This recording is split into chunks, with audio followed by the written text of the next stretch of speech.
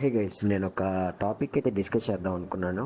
So recently నాకు ఒక ఇద్దరు ఫ్రెండ్స్ అయితే పరిచయం అయ్యారు. సో ఇద్దరు ఫ్రెండ్స్లో they both have studied well. And ఒకళ్ళేమో లోకేష్, ఇంకోళ్ళేమో రోహిత్.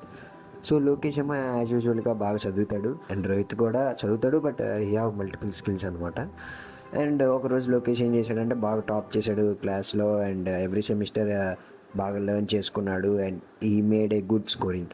అండ్ ఇక్కడ వచ్చేసి రోహిత్ ఏం చేశాడంటే స్కిల్స్ నేర్చుకున్నాడు, సర్టిఫికేషన్స్ గెయిన్ చేసుకున్నాడు, అండ్ తన సోషల్ మీడియా ప్రొఫైల్ కూడా మంచిగా గెయిన్ చేసుకున్నాడు.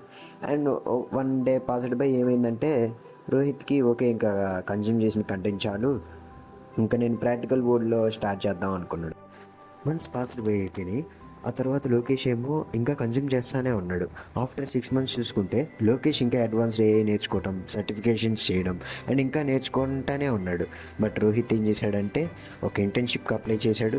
ఆ ఇంటర్న్షిప్లో ఉన్న మేనేజర్కి నచ్చి తనకి పర్మనెంట్ 3 LPA జాబ్ అయితే ల్యాండ్ అయ్యాడు. సో దీన్ని బట్టి మనం అర్థం చేసుకోవాల్సిన విషయం ఏంటంటే మనం డైలీ యూట్యూబ్లో కానీ ఇన్స్టాగ్రామ్లో కానీ ప్రొడక్టివిటీ కంటెంట్ కన్జ్యూమ్ చేస్తాం. బట్ యాక్చువల్ విషయం ఏంటంటే ఎంత కన్జ్యూమ్ చేస్తున్నాం అని కాదు, దాన్ని లైఫ్లో ఎంత ఇంప్లిమెంట్ చేస్తున్నాం అనేదే ముఖ్యం. సో ఇంప్లిమెంటేషన్ మీద కాన్సన్ట్రేట్ చేయండి.